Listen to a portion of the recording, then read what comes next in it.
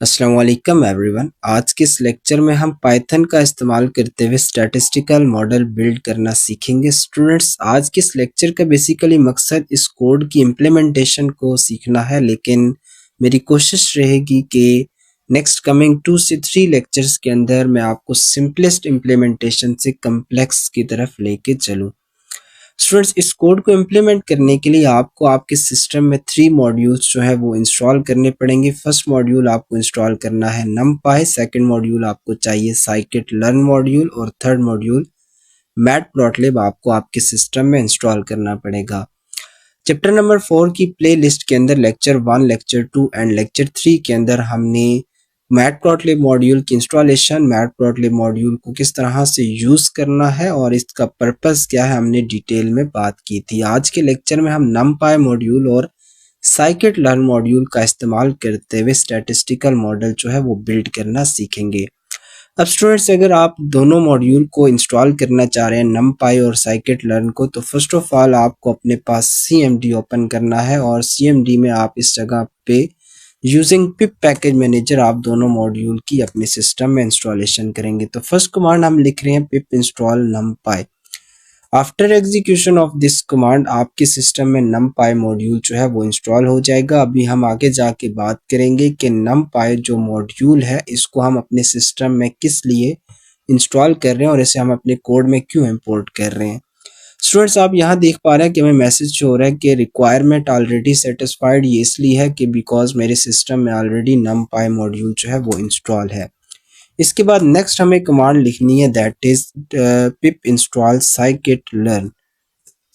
जब हम इस कमांड को रन करेंगे तो हमारे पास सेकंड मॉड्यूल scikit-learn जो है वो इंस्टॉल हो जाएगा। रिक्वायरमेंट ऑलरेडी सेटिस्फाइड यहाँ भी मैसेज हो रहा है बिकॉज ये वाला मॉड्यूल भी मेरे सिस्टम में ऑलरेडी इंस्टॉल्ड है। After successful installation of both module, अब आपको क्या करना है, अपने पास आइडियली फाइल ओपन करनी है और इस जगह पे अब आप कोड कर सकते हैं। फर्स्ट जो कमांड हम लिखेंगे that is to import numpy module as np। हमने क्या किया, numpy मॉड्यूल जो अभी हमने इंस्टॉल किया था उसे अपने इस कोड के अंदर एज np इंपोर्ट कर रहे हैं। यह हमने सीखना है कि बेसिकली numpy मॉड्यूल का पर्पस क्या है। numpy शॉर्ट फॉर्म है न्यूमेरिकल पाइथन की और numpy मॉड्यूल में से हम अरे नाम का मेथड इस्तेमाल करते हुए लिस्ट को अरे में कन्वर्ट करेंगे। अब यहाँ हमने सीखना है कि लिस्ट को अरे में क्यों कन्वर्ट किया जाता है। तो स्टूडेंट्स, आपने याद रखना है कि लिस्ट बेसिकली स्लो है एज कंपेयर टू अरेज और इसकी वजह यह है कि लिस्ट में बैक एंड पे नॉन कंटिगियस मेमोरी लोकेशंस में डेटा स्टोर होता है, जबकि अरेज में जो डेटा स्टोर होता है वो कंटिगियस मेमोरी लोकेशंस में स्टोर होता है।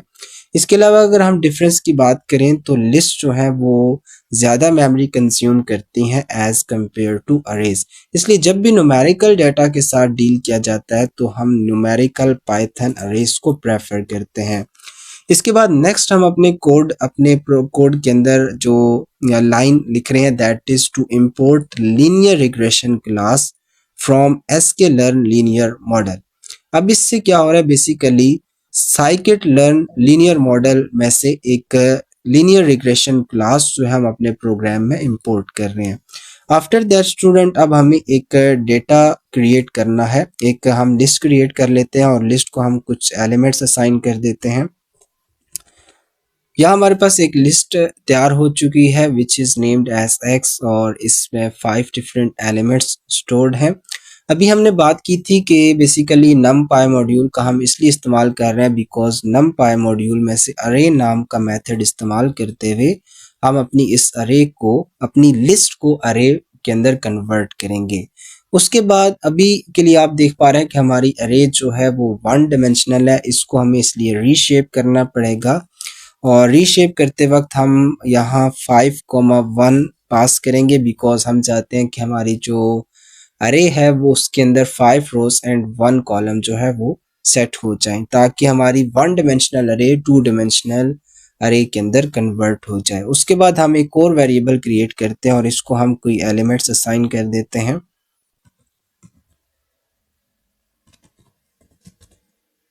अब जो हमारे पास y वेरिएबल है इसमें हमने जो एलिमेंट लिखे that are basically somehow related to the x because अगर x के जितने भी एलिमेंट्स हैं उन्हें डबल करें, 2 का डबल करें तो 4, 4 का डबल करें तो 8, 6 का डबल करें तो 12, यानी इन दोनों के दरमियान हमने एक रिलेशनशिप रखा एक्चुअल में।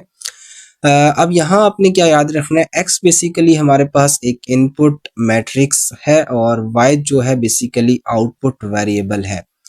ये रिप्रेजेंट कर रहा है कि बेसिकली x और y का आपस में क्या रिलेशन है। इसके बाद इस नेक्स्ट हमें एक ऑब्जेक्ट क्रिएट करना है और इस ऑब्जेक्ट की क्रिएशन का पर्पस हमारे पास ये है बिकॉज हम चाहते हैं कि हमारा जो लीनियर रिग्रेशन मॉडल है उसको ये ऑब्जेक्ट रिप्रेजेंट करे।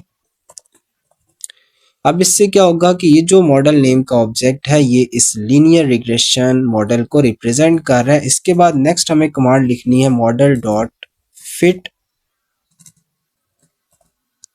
और यहाँ हम पास करेंगे अपने दोनों वेरिएबल्स।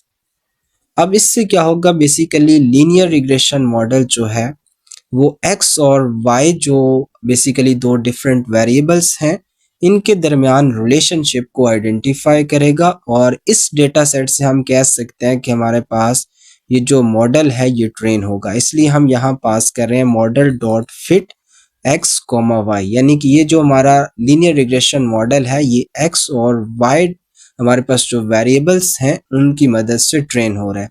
इसके बाद आफ्टर ट्रेनिंग यहाँ तक हमारा जो मॉडल है वो ट्रेन हो चुका है। उसके बाद हम एक न्यू x क्रिएट कर लेते हैं और इस न्यू x को हम एक रैंडम वैल्यू पास कर देते हैं। लेट्स सपोज हम इसको पास करते हैं 70 और उसके बाद हम एक और वेरिएबल क्रिएट करते हैं y न्यू और हम मॉडल डॉट प्रिडिक्ट फंक्शन का इस्तेमाल करते हुए हम x न्यू के लिए प्रिडिक्शन करते हैं।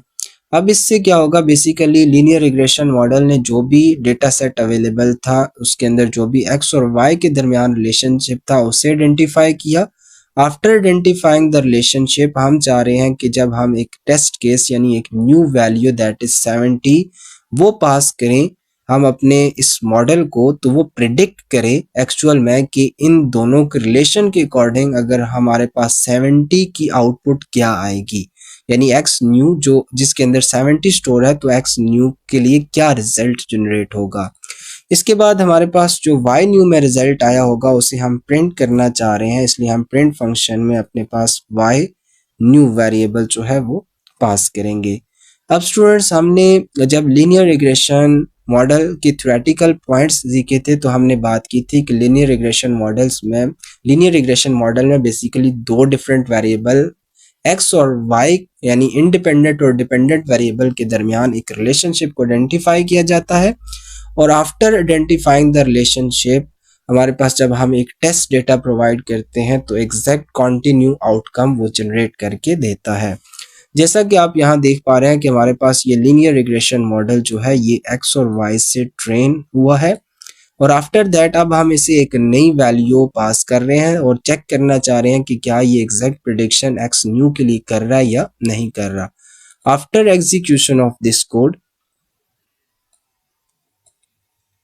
यहाँ देखिए हमारे पास एग्जैक्ट आउटपुट जनरेट हो रही है। जैसा कि आप x और y को ऑब्जर्व करें, इन दोनों के रिलेशन को ऑब्जर्व करें तो x में जो भी वैल्यूज हैं उनके डबल हमारे पास y में स्टोर है, यानी 2 का डबल 4 2 गुना 2 टाइम्स 4 का डबल 8 और 6 का double 12 up to so on. इसी तरह अगर हम 70 का डबल करें तो दैट वुड बी 140। तो यहाँ से आपको क्लियरली आइडिया हो रहा होगा कि लीनियर रिग्रेशन मॉडल ने क्या किया, based on this data set, इस डेटा सेट में x और y का जो भी रिलेशनशिप था उसे आइडेंटिफाई किया और आफ्टर आइडेंटिफाइंग द रिलेशन हमने जब उसे पास की एक न्यू टेस्ट केस एक नई वैल्यू तो उसने एग्जैक्ट प्रिडिक्शन की।